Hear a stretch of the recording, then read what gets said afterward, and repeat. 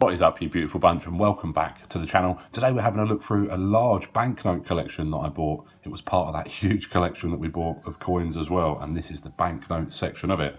Let's get into it. We've got quite a few to look through, so we'll get cracking. And we've got some 10 shillings here. The Series C. Very cool. Of course, these went goodbye and were replaced by a 50p, which is one of our favourite coins on this channel. We've got some £1 notes as well, the Series C, and there is some with the Goebel press G on the reverse. We can find one, yeah, here. So that little G there, those notes are a little bit special, worth a little bit more than the standard ones printed on the Goebel press. There we go. We've got another £1 note as well. Bit ruined though, that one, someone's drawn all over it. This is the Series D, Isaac Newton there of course. Then we have a Scottish £1 note, 1985, Bank of Scotland. Is missing the corner off that one for some reason, which is a bit unusual. Other than that, the condition isn't too bad. And then we have the final British note. Actually, there's one really special one, but we're saving that till right at the end. We have a Bank of England £5 note here as well. Again, the Series C. Pretty cool, quite large. But you can see the evolution from this to what we've got today. Right, moving on now and heading around the world. We've got a military payment certificate from the United States. And these would have been used in US army bases all over the world. Pretty cool. And we've got a couple of $1 sequential serial numbers starting with 666. So quite interesting. Not sure if they're really worth more than the dollar. Do let me know if you know. Certainly not an expert on American paper currency. Nice condition though. And then we've got a $5 as well, which I think will be new to the collection. Don't think we've got one of these already. So that is pretty cool. Of course, Abraham Lincoln there in the center. And then we move on to this Bulgarian set. And we've got nearly the whole set from 1951. We're just missing the smallest denomination, the 1 lev. And they're all in lovely condition. And interestingly, the serial numbers all end with the same number, 939, same 3 numbers. We've got a 3 lev, a 5, a 10, which I think is the only one I've got already. Do have this one. 25, love the colouring. A 50.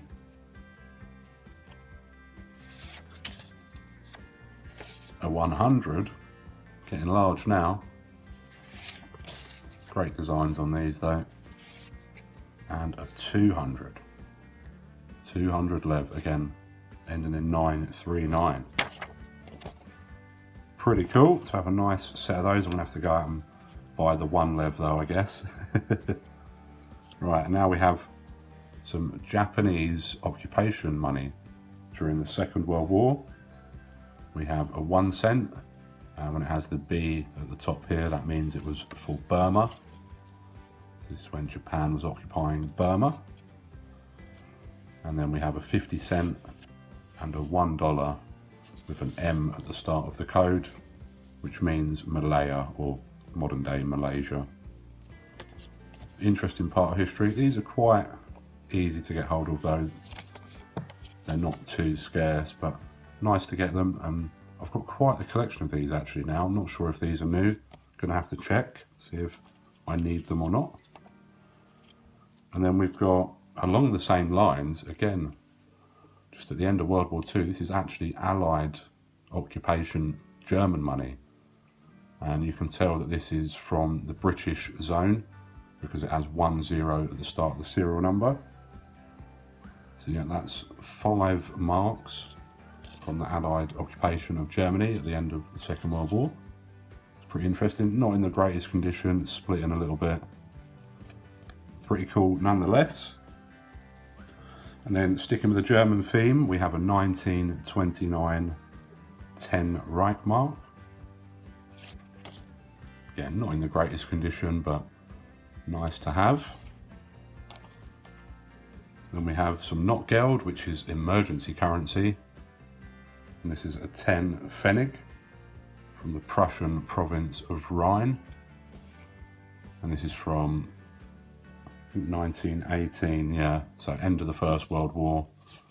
Of course, Germany in a bit of financial trouble, and local currencies, or local not geld, was minted and printed in huge numbers. Then we have a 1914 20 marks. So this is from the beginning of the First World War. Made in Berlin, 19th of February there, you can see in the centre. And again, not the greatest condition, but cool to have nonetheless. Interesting piece of history. Right, last German one. And it's a 1919 50 marks, again Berlin. But this would have been post World War One, during all those money issues. But this one issued from capital city. These are quite numerous though. I think you can get hold of these fairly easily if it's something that you wanted to add to your collection. Right, we have a Belgian franc. This is from 1918 as well. Again, not the greatest condition, but not a note that I already had, so we'll be going to the collection for sure, that one. On the other hand, we've definitely got one of these already, and it's been on the channel before as well, a 20 franc from 1964. And this is actually a building in Belgium. You can go in and go up into some of these. I think the centre ones is a lift up to the top. Pretty interesting. We've spoken about that before. That was a long time ago though, near the beginning of the channel. And then we have a 5 franc here from 1938, and again, not the greatest condition unfortunately. But still a nice looking note. 5 francs. Moving on, we are in Malaysia next. And there's a few of these 2 ringgits. And these from the late 90s. Couldn't pin down an exact date on these, I'm sure there is a way. Yeah, quite nice, quite colourful. And then also a 5 ringgit as well. Again from Malaysia.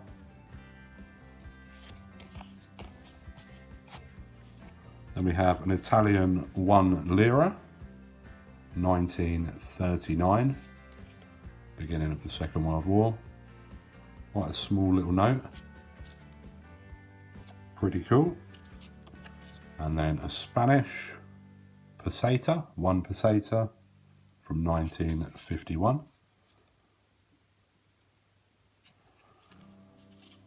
And we have an Indonesian note, 10 sen from 1964.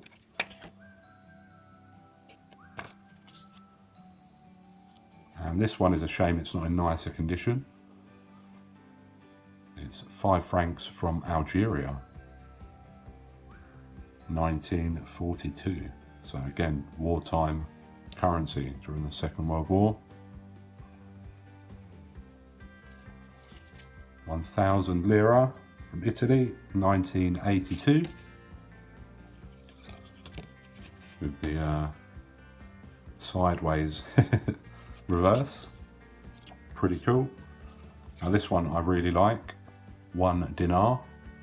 It says there, Ministry of Finance, the Serbs, the Croats and Slovenes.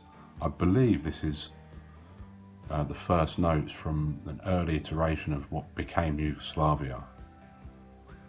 Lots of fascinating history surrounding this time. It's something I need to learn a little bit more about for sure. But a nice note, very interesting. Then we have a South African note here, Argentina, 1 peso. Lovely colour. And this is actually a commemorative note Declaration of Economic Independence. See the dates there. Actually printed in the early 50s, 52 to 55. Now we've got one from India. Again, shame it's been written on. These holes on the side though are normal. They come binded together by this, I believe. So yeah, 5 rupees from India. Nice and colourful. I think this again might be one that we already own though. We will see if this one is any better than the one we have. Again, shame about the writing, as I said. And we also have 5 rupees again, bought from Pakistan this time. And again, they come with the holes on the side. I think it's quite hard to see. Yeah, you can just about see the 2 holes there as well. We've got a few more here. 100 Turkish lira. I like this side of this one. Pretty cool. Mehmed Akif Ersoy. Then we've got a Portuguese 100 escudos from 1985. Not the greatest condition, that one. And then we've got a couple from Iraq here. Saddam Hussein, of course. This is 250 dinar. I believe this one is from 1995. Not the greatest condition, of course, been folded and a bit frayed around the edges. Then we have a slightly newer one.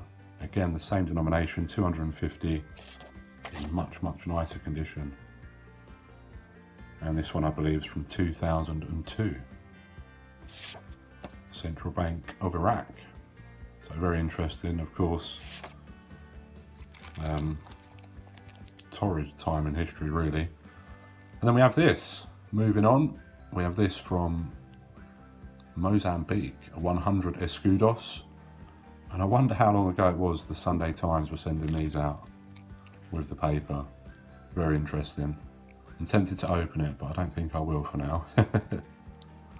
I'm sure it's not worth a lot because there would have been many of them sent out just with the paper, but pretty cool. 1961. Then we've got just a few more. We have a Chinese note here, which is very nice. 5 yuan from 1940. It's pretty cool. Then we have another Chinese note, and it really is a shame this one isn't in better shape because this is really quite a scarce note by my little bit of research. But as you can see, it's splitting in 2 places. But it is a 50 yuan from 1942, Bank of China.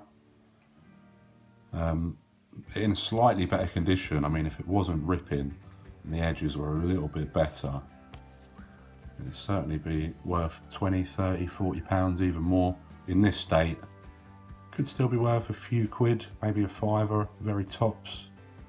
Let me know what you think if you know your notes. And we'll save the best for very last here. Going back to the Bank of England for this £5 note. See the size of it.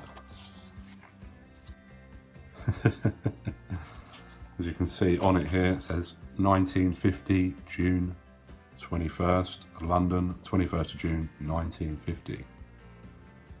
And signed by, I think it's Beale. But these are really, really scarce, and it's not in the worst condition.